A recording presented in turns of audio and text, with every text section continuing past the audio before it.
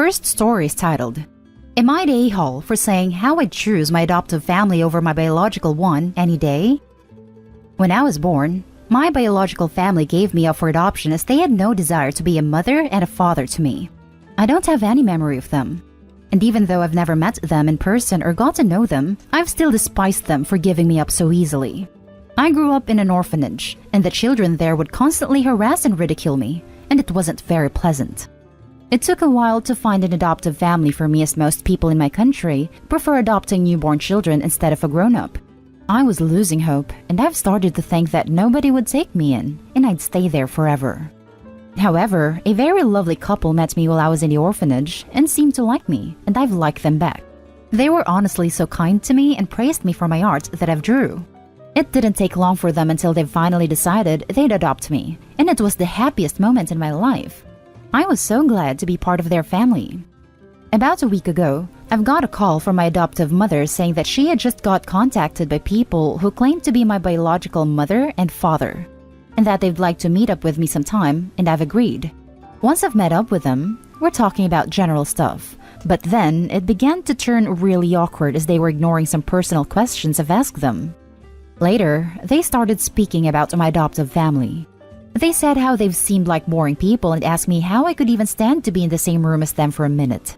My biological mother criticized the way my adoptive mother dressed, and my biological father said how my adoptive father seemed like someone I'd be ashamed to be related to, and that I'm lucky I'm actually not. The second they've said that, I've lost it. I told them that I'd choose my adoptive family over them any day and that they were cruel and horrible people who do not have the authority to say anything about them because they were the people who saw me as a burden and got rid of me. My biological mother was crying and my biological father was silent, but I couldn't care less. I put on my jacket, got out of the shop and called my adoptive father to come get me. I think I'm in the right here, but a part of me is saying that I'm the a-hole in this situation. So Reddit, am I the a-hole? Now for the top comments. Not an a-hole. They should be grateful that you are loved and taken care of. Not an a-hole. They're complaining about the pettiest of things. OP's adoptive family were there in his life when he needed them. His bio parents came in when the hard work had been done and have the hall to be insulting. He made the right decision. Not an a-hole. They decided after abandoning you they get the right to ask to meet you, ignore your questions, and insult the people who have cared for you?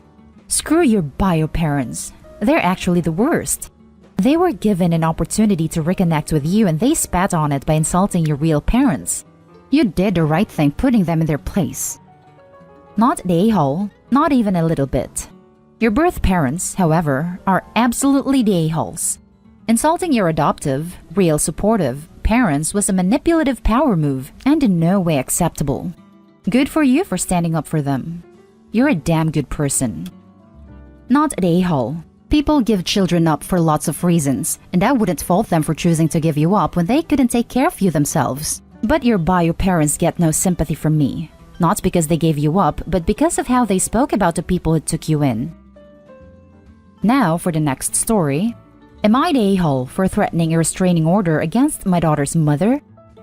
Okay, so some background information. My 23 male, daughter's mother, 22 female, let's call her Emily, got pregnant when she was 16, I was 17.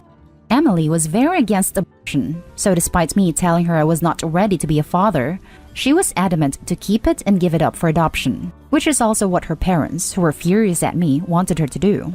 I was not okay with this at all. Having grown up in the foster system myself, I did not want my kid to go through the same thing. Eventually, we decided that she would give birth and then relinquish full custody to me, who would raise the baby, despite my prior hesitation. Fast forward to current day, our daughter, Rose, has started school, although this year has been a mess with school, and I live with my boyfriend, Adam, 24 male. I love them both to the ends of the world, and I'm very happy with our little family. We are also in government support payments since we don't make a lot of money. Now on to the actual issue. A couple of months ago, I received a Facebook message from Emily. She said she wanted to check in and see how Rose was doing. I found this a bit odd, since she hadn't shown any interest in her at all, but I obliged and told her that she was doing well and was happy. She then started sending me more messages over the next few weeks asking questions about Rose, like where she went to school, how she behaved, etc. I didn't tell her the school she attends, since I was starting to get suspicious that she had an ulterior motive, and my suspicions were confirmed when she asked to come visit her.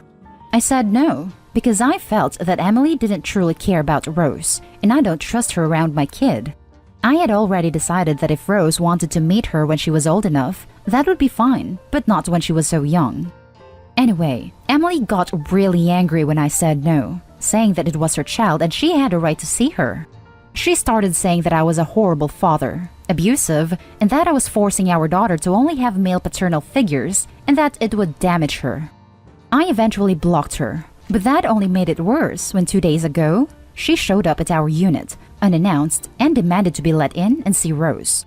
I wasn't home, but Adam was there with our daughter, and he told her to leave or he would call the cops. When he told me what happened, I was freaked out, since I don't know how she found our address, and I feel really anxious. Emily then sent me more messages from a new Facebook account, and I told her that if she didn't stop, I would seek a restraining order against her. This is where I'm wondering if I'm overreacting about this whole issue. My boyfriend agrees with me and so does his family, but some of our friends are saying that I'm just being paranoid, and that it's just my anxiety and that threatening her with a restraining order is too harsh. But I don't understand why Emily is so interested all of a sudden, and it makes me uneasy. Am I the a-hole?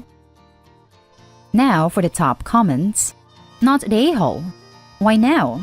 Because 5 years old are way less work than infants/toddlers. She isn't interested in being a parent, because if she were, she'd be taking the legal route. She wants to get involved now for the fun stuff. Her behavior appears unstable and you have a family to protect. Get the restraining order. Exactly this. There is a reason she isn't going through the legal system. She wants to be in the daughter's life for the fun parts and then give her back when things get hard. She doesn't want the law saying she's responsible for taking care of this child. Not the a-hole. Not the a-hole. Protect you and your family. Someone who wants a healthy relationship doesn't go about it in such an unhealthy way. She found your address without you giving it to her. To me, that's grounds enough to start the legal process of getting a restraining order. Make sure all legal paperwork regarding custody is in order, though. If the two of you didn't legally fill out the paperwork when Rose was born, it may give Emily more of a leg to stand on. Good luck, Opie. Not the a-hole. Threatening a restraining order is not too harsh. Actually, getting a restraining order is not too harsh either. You were not paranoid. She actually showed up at your house. It was fine for her to check in her daughter's health and see how she was doing, even ask if she could meet her. It was also fine for you to decline. She gave up her parental rights. You were on exactly the right track. When your daughter is old enough and wants to meet her mother, a meeting can be arranged then. Get the restraining order immediately. If you haven't already, save every message and communication you guys have had since you first reached out. The next story is titled, Am I the a-hole for not wanting to pay an exact replacement for something I broke again? Hello. I, male 20, feel justified in my response, but my dad does not. My younger brother and my mother are backing me up. Our home has black carpeting. It is very difficult to see black items on it, and that has always been the case. My father's glasses are black. He has an awful habit of leaving them on the ground, where they are frequently stepped on. I've broken them 5 times already. My mother 3 times. My brother about 7 or 8. My father a couple of times. They've also been broken by a friend of mine who came to visit, and once one of my brother's friends. They're always on the ground. He leaves them at most random of places, until... Today, I got off the couch and there was a cracking sound. I looked down, and it's my dad's glasses. Again. So I pick them up and let him know. He looks at them, and he reckons that they're too broken to be fixed this time around, and asks me to pay for replacement. I'm refusing. Firstly, I don't have the income for buying an exact replacement. His frames were on the expensive side. Secondly, and more importantly, although I'm the one who broke them, I think it is his responsibility. At some point, to me, if your glasses keep getting broken because you leave them on the ground, the solution isn't to bill. The solution is to stop leaving them on the ground. Like there was a week where they were broken every other day. My reasoning is probably a-hole, because ultimately, at the end of the day, I am the one who broke them, and my dad sure thinks so. So, Reddit, Am I the a-hole? Should I suck it up and just get him the glasses? Edit. Hey, I appreciate all the responses, but please stop implying my dad's being malicious or our family dynamic is unhealthy. It's not. I know him. Now for the top comments. Not the a-hole. The ground is meant to be stepped on. If you put your things on the floor, in a place where it's hard to see even when people know that you have a habit of doing so, you are condemning your stuff to be stepped on. The biggest piece of evidence that OP is not an a-hole is that his glasses have been broken 10 plus times by 3 plus different people. If it was just OP once or twice, that's one thing, but the father really needs to get his stuff together in his case. Nope, not the a-hole. Nuclear option, get yourself a nice pair of thick sole house slippers. Then start scattering black Legos on the carpet. Maybe then he'll get the hint about how hard it is to see stuff on the carpet. Other less nuclear option, every time you enter the room, ask your dad if his glasses are on his face. If not, drop down on your knees and crawl across the ground looking for them. Once you find them, loudly proclaim, "Got it." Then hand them to him and tell him how lucky he is to have a great child like you who looks after him when he's careless. Not the a-hole. I don't care what color your carpeting is. You do not leave glasses on the ground. Your dad is refusing to take responsibility for his mistake, and that's his problem, not yours. Seriously, I get anxious leaving my glasses anywhere other than my face or their case. I can't imagine just casually leaving them on the floor. If someone doesn't step on them, one of my cats will sit on them. And now for the last story. Am I the a-hole for telling my parents that while I appreciate my hand-me-downs, I would really like some new clothes for once? I'm 16 female, the youngest of 10, 36 female, 34 female, 31 male, 30 female, 29 female, 27 female, 24 male, 24 female, 23 male. My parents had me when they were in their late 40s, thinking it wouldn't happen, but whoops. My parents have been saving clothes for when my siblings started having kids, but since I happened, I got most of them. Every piece of clothing I've ever been given off my parents and most family members, since they have 4 plus kids each, mom was one of 8 and dad was one of 17, give me hand-me-downs too. The only thing that's ever bought new for me is underwear and shoes. I've not gotten brand new clothes in nearly 2 years now. I'm an awful lot smaller than all of my siblings and most of my family members, 4'9" and a UK size 4, so I normally fit in clothes they would have at 10 or 11, so I get them instead of clothes I'd actually like to wear. I was speaking to some of my siblings about this pre-lockdown, and they all said they never got as many hand-me-downs as I do. I just kind of assume since my parents are old, despite being quite well off, are tired of clothes shopping business, so they just give me old clothes instead. On Monday, my mom handed me a bag of clothes and said to go through it and see what I liked. I asked her if when retail shops are open again, could we go shopping for a few bits that I would really like and would be age appropriate.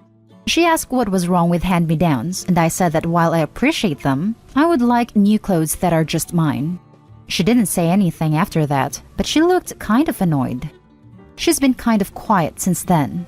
I'm starting to think that maybe I came across as entitled or bratty. Am I the a-hole? Not the a-hole. Just wow. You're a teenager, of course you'd want the latest clothes. Clothes now aren't that pricey. Go to Zara and H&M. Honestly, just ask you can just online shop with her. What is wrong with your mother? If you want kids, be willing to pay for them in all ways. In my country, they love to open shops and restaurants of international brands and make them more luxurious. For this reason, this comment hurts my soul, because Zara is really expensive here. Not the a-hole. My god, did they not have TV for entertainment? If you said it like you wrote it, you didn't come off as entitled or bratty. Seriously, it sounded like a reasonable request that was respectfully worded. Not the a-hole. You're 16 and you deserve to dress like one. There's nothing wrong with hand-me-downs, but if they're really expecting you to wear children's clothes just because you fit them, they're being ridiculously stingy and honestly kind of rude. They're ignoring the fact that you're aging/maturing even if you're not growing anymore. If your parents won't do it, then ask your older siblings or other relatives, as a birthday or holiday gift, to take you. Even thrift and second-hand stores, as a last resort in case they tell you new ones are too expensive, almost always have clothes for teenagers. And that's the end of this video, folks. As always, leave a comment and hit like and subscribe. And if you want more of this content, turn your notification on to get updated on the latest videos. And I'll catch you with the next one. Stay safe.